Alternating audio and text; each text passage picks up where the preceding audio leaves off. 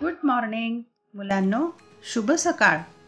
अर्थशास्त्र इयत्ता 11वी हा विषय आज आपण अभ्यासाला घेतलेला आहे आणि यामधील प्रकरण क्रमांक 1 अर्थशास्त्रातील मूलभूत संकल्पना हे प्रकरण आज आपण सुरुवात करत आहोत. आणि उपघटक आज आपण अभ्यासाला घेतलेला आहे अर्थशास्त्राचा अर्थ.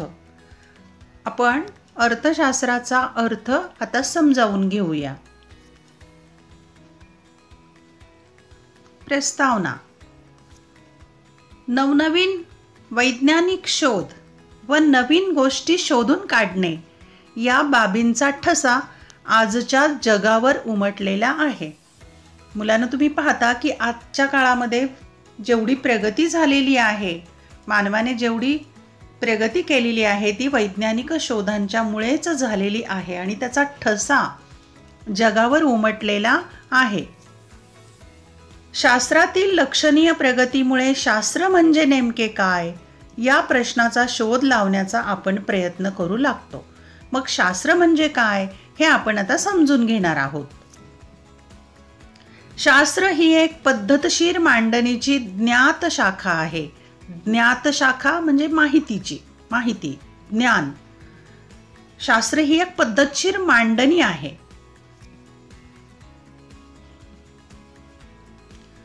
शास्त्राचे मुख्य 2 प्रकार आहेत.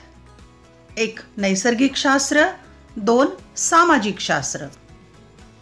ज्या शास्त्रातील नियमांना वैश्विक मान्यता आहे आणि या नियमांची सत्यता बंदिस्त प्रयोगशाळेत नियंत्रणाअंतर्गत पडताळून पाहता येते, अशा शास्त्राला नैसर्गिक शास्त्र म्हणतात. प्रयोग व अनुमान यावर आधारित अभ्यासामुळे या शास्त्राला तंतोतंत शास्त्र म्हणूनही ओळखले जाते. उदाहरणार्थ गणित, पदार्थविज्ञान, रसायनशास्त्र इत्यादी. पहा, शास्त्राचे 2 प्रकार आहेत. एक आहे नैसर्गिक शास्त्र आणि दुसरं आहे सामाजिक शास्त्र. हे लक्षात ठेवायचं आहे आणि दोन्हीतला फरकही समजून घ्यायचा आहे. ज्या शास्त्रातील नियमांना वैश्विक म्हणजे जगाची मान्यता आणि या नियमांची सत्यता म्हणजे ते नियम सत्य आहेत की असत्य आहेत ते कुठे पडताळून पाहता येतात? प्रयोगशाळेत पडताळून पाहता येतात. बंदिस्त प्रयोगशाळेत पडताळता येतात. पण त्यासाठी काही नियंत्रणाअंतर्गत पडताळून पाहता येतं. त्याला म्हणायचं नैसर्गिक शास्त्र. नियमांची सत्यता प्रयोगशाळेत पडताळून पाहता येते, ते झालं नैसर्गिक शास्त्र. आणि त्याला दुसरंही नाव आहे, त्याला म्हणायचं तंतोतंत शास्त्र. तंतोतंत, ॲप्रोप्रिएट, अचूक शास्त्र, योग्य. का म्हणतात तर प्रयोग आणि अनुमान यावर आधारित अभ्यासामुळे. कारण हे वैश्विक मान्यता असलेलं शास्त्र आहे. प्रयोग करता येतात, अनुमान काढता येतात, म्हणूनच त्याला तंतोतंत शास्त्र म्हणूनही ओळखले जाते. हा शब्द लक्षात ठेवायचा आहे, तंतोतंत शास्त्र. मग नैसर्गिक शास्त्रामध्ये कोणते विषय येतात? गणित, पदार्थविज्ञान, रसायनशास्त्र. की या शास्त्रांचा अभ्यास प्रयोगशाळेत करता येतो आणि अचूक निष्कर्ष असतात, म्हणून त्याला म्हणायचं नैसर्गिक शास्त्र. आता आपण आणखी माहिती घेऊया याबाबत.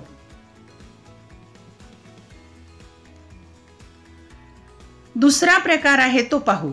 सामाजिक शास्त्रास वर्तणूकशास्त्र किंवा अमूर्त शास्त्र म्हणतात. या शास्त्रात मानवी वर्तणुकीच्या कोणत्या ना कोणत्या पैलूचा अभ्यास केला जातो. उदाहरणार्थ मानसशास्त्र हे मानवी मनाच्या वर्तणुकीशी संबंधित ज्ञान देते. सामाजिक शास्त्र हे मानव समूहातील एक घटक असून त्या संदर्भाने त्याच्या सामाजिक घटकाबाबत ज्ञान देते. मानवी वर्तणूक ही बंदिस्त प्रयोगशाळेत तपासता येत नाही, तसेच ती नियंत्रित पद्धतीनेही अभ्यासता येत नाही. सामाजिक शास्त्राच्या नियमांना वैश्विक मान्यता नसते, मात्र हे नियम मानवी प्रवृत्तींच्या संदर्भाने केलेली सर्वसाधारण अशी विधाने असतात. पहा, नैसर्गिक शास्त्रात आणि सामाजिक शास्त्रातला फरक लक्षात येईल आपल्या. सामाजिक शास्त्राला दुसरंही नाव आहे वर्तणूकशास्त्र आणि अमूर्तशास्त्र. वर्तणूकशास्त्र म्हणजे मानवाचं वर्तन, बिहेवियर, आणि अमूर्त म्हणजे न दिसणारं. या शास्त्रामध्ये मानवी वर्तणुकीच्या कोणत्या ना कोणत्या पैलूचा म्हणजे कोणत्या एखाद्या घटकाचा किंवा एखाद्या बाबीचा अभ्यास केला जातो. कसल्या? माणसाच्या वागण्याचा, माणसाच्या वर्तणुकीचा. आता आपण याचं उदाहरण घेऊया. मानसशास्त्र हा एक विषय आहे. यामध्ये काय अभ्यास केला जातो? तर मानवी मनाच्या वर्तणुकीचा अभ्यास केला जातो. माणसाचं मन कसं आहे त्याचा अभ्यास केला जातो. म्हणजेच सामाजिक शास्त्र हे मानवाच्या समूहातील एक घटक असून त्या संदर्भाने त्याच्या सामाजिक घटकांबाबतचा अभ्यास करते किंवा ज्ञान देते. जसं अर्थशास्त्रामध्ये सुद्धा मानवी वर्तणुकीचा आर्थिक अभ्यास केला जातो. तिथे माणसाला कुठल्या प्रयोगशाळेत टाकून तो बाजारामध्ये गेल्यावर मागणी कशी करतो, पुरवठा कशा प्रकारे होतो याचा अभ्यास केला जात नाही, तर तो वर्तन कसे करतो बाजारामध्ये गेल्यावर त्याचा अभ्यास केला जातो. म्हणून अर्थशास्त्र हे सुद्धा सामाजिक शास्त्र आहे. म्हणजेच सामाजिक शास्त्रामध्ये माणसाचं वर्तन कसं आहे, वागणूक कशी आहे त्याचा अभ्यास केला जातो आणि ते अमूर्तशास्त्र आहे. मानवी वर्तणूक बंदिस्त प्रयोगशाळेत तपासता येत नाही. कुठल्या माणसाला टेबलवर टाकून त्याचं मन दुःखी का आहे किंवा त्याच्या मनात काय चाललेलं आहे ते शोधता येत नाही. नियंत्रित पद्धतीने अभ्यासता येत नाही. त्याच्यावर कुठलं नियंत्रण टाकून अभ्यास करता येत नाही. आणि सामाजिक शास्त्राच्या नियमांना वैश्विक मान्यता, जगाची मान्यता नाही. प्रत्येक माणूस भिन्न आहे. जगात जेवढी माणसं आहेत, जसे हाताचे ठसे वेगळे आहेत, डोळ्याच्या बाहुल्या वेगळ्या आहेत, प्रत्येक माणूस दुसऱ्यापासून वेगळा आहे. त्यामुळे सर्व नियम हे विश्वमान्य नाहीत, जागतिक मान्यता नाही.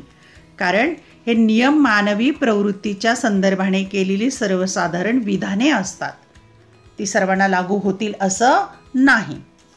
अशा प्रकारे नैसर्गिक शास्त्र आणि सामाजिक शास्त्र या दोन्हीमध्ये फरक आहे, तो आपण लक्षात घेतला.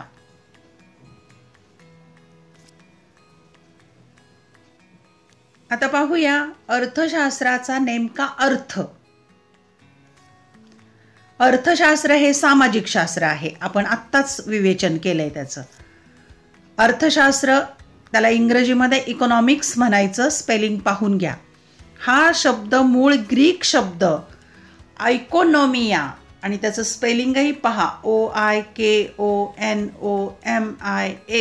आयकोनॉमिया यापासून आलेला आहे. याचा अर्थ कौटुंबिक व्यवस्थापन असा आहे. आता आपण पाहूया की सामाजिक शास्त्र आहे हे अभ्यासलं आपण अर्थशास्त्र. इंग्रजी शब्द इकॉनॉमिक्स, पण हा इकॉनॉमिक्सचा एस लावायला तुम्ही विसरता नेहमी, मग ते इकॉनॉमिक होतं. इकॉनॉमिक्स एस लावायचा. मूळ शब्द आहे ग्रीक. तो कोणता? आयकोनॉमिया मराठीमध्ये, आणि इंग्रजीमध्ये स्पेलिंग असं आहे आयकोनॉमिया. आणि आयकोनॉमियाचा अर्थ आहे कौटुंबिक व्यवस्थापन, कुटुंबाच्या आर्थिक व्यवहारांचं व्यवस्थापन, असा अर्थशास्त्राचा अर्थ आहे. आता आपण आणखी माहिती घेऊया अर्थशास्त्राच्या बाबत.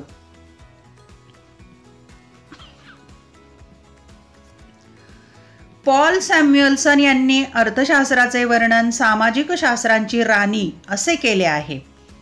अर्थशास्त्र हे मानवाच्या आर्थिक वर्तणुकीच्या अभ्यासाशी निगडीत आहे. या शास्त्रातून मानव आपल्या अमर्याद गरजा मर्यादित साधनांद्वारे कशा पूर्ण करतो हे हाताळले आहे.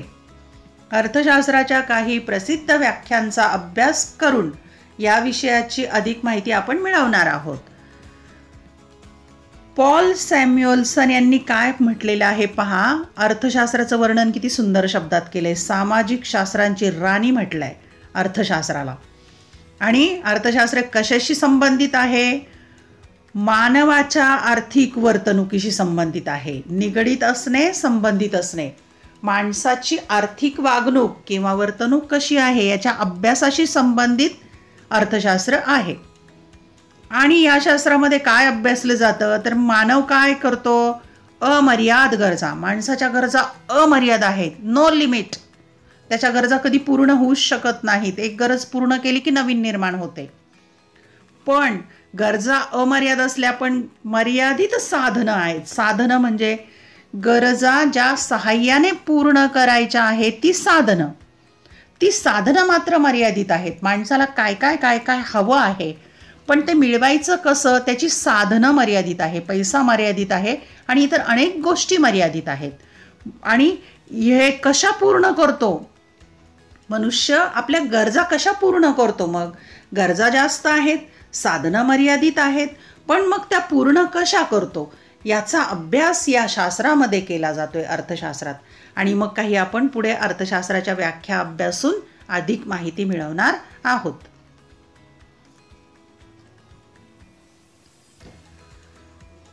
आता थोडं मागचा भाग 9वी पर्यंत तुम्ही जो काही अभ्यासलाय, 9वी 10वी पर्यंत, तो पाहूया आपण. खालील संबोध तुम्ही कुठे शिकला आहात? संबोध संकल्पना, आर्थिक प्रणालीचे प्रकार, भांडवलशाही, समाजवाद आणि मिश्र अर्थव्यवस्था इत्यादी या संकल्पना तुम्ही मागील अभ्यासक्रमामध्ये अभ्यासलेल्या आहेत. आता पहा, इथे तुम्हाला माहीत आहे का, असा जर हिरव्या चौकटीमध्ये तुम्हाला पुस्तकात जर माहिती दिलेली असेल तर त्यावर प्रश्न येणार नाही. पण तुम्हाला माहिती हवं असं जर असेल त्या पुस्तकामध्ये चौकटीत, तर त्यावर मात्र कृती किंवा प्रश्न विचारला जाऊ शकतो. पाहूया आता आपण कौटिल्य यांचा अर्थशास्त्रीय दृष्टिकोन. कौटिल्य यांच्या मते अर्थ म्हणजे संपत्ती आणि शास्त्र म्हणजे विज्ञान. म्हणूनच अर्थशास्त्र म्हणजे संपत्तीचे संपादन आणि व्यवस्थापन. मूलतः कौटिल्य यांचा अर्थशास्त्र हा राजकीय अर्थव्यवस्थेवरील ग्रंथ आहे. आता आपण पाहूया राजकीय अर्थव्यवस्थेवरील व्यापक ग्रंथ आहे. कौटिल्य या अर्थशास्त्रज्ञांची माहिती घेऊया आपण. यांचं मत असं आहे की अर्थ म्हणजे काय, संपत्ती, आणि शास्त्र म्हणजे काय, विज्ञान. म्हणूनच अर्थशास्त्र म्हणजे संपत्तीचे संपादन करणे, मिळवणे आणि व्यवस्थापन. संपत्ती मिळवायची आणि त्याचं व्यवस्थापन, नियोजन करायचं. आणि कौटिल्य यांचा अर्थशास्त्र नावाचा ग्रंथ आहे आणि तो राजकीय अर्थव्यवस्थेवरील व्यापक ग्रंथ आहे, हे लक्षात घ्या. कौटिल्य या अर्थशास्त्रज्ञांचा जो ग्रंथ आहे अर्थशास्त्र, तो राजकीय अर्थव्यवस्थेवरील आहे. याबाबत अधिक माहिती आपण घेऊया.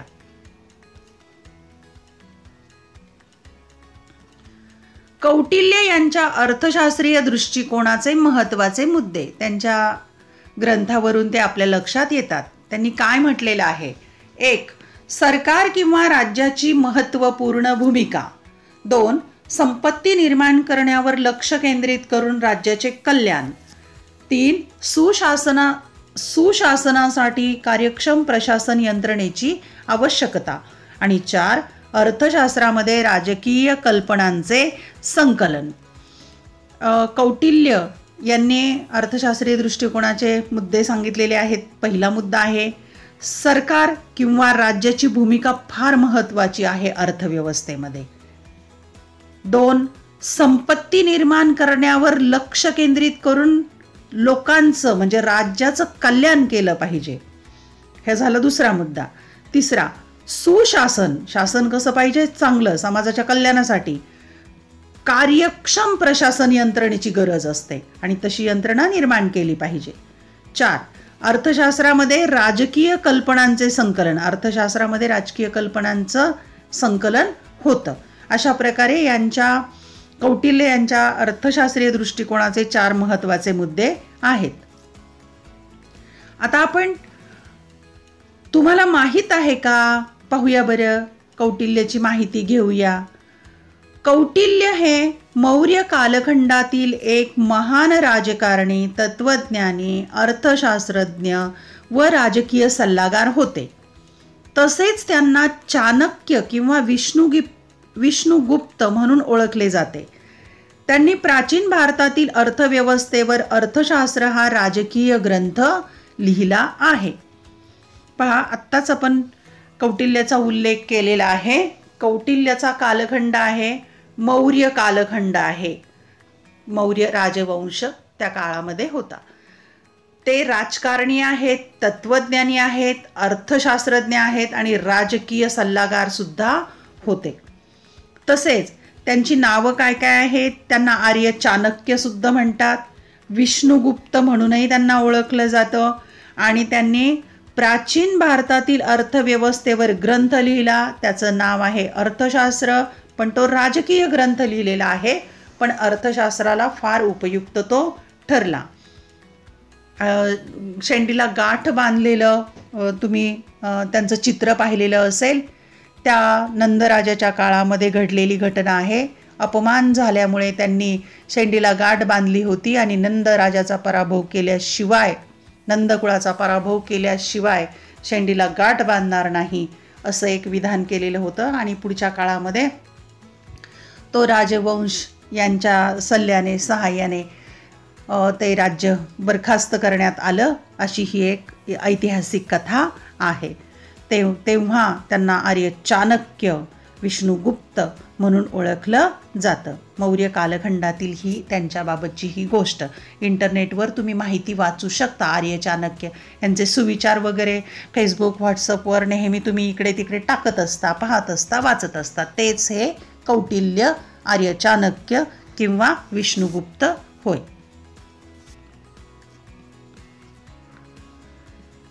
धन्यवाद. व्हिडिओ आवडल्यास चॅनल सबस्क्राईब करायला विसरू नका, बेल आयकॉन दाबायला विसरू नका, म्हणजेच मी नवनवीन व्हिडिओ पोस्ट केले की त्याचं नोटिफिकेशन तुम्हाला मिळेल.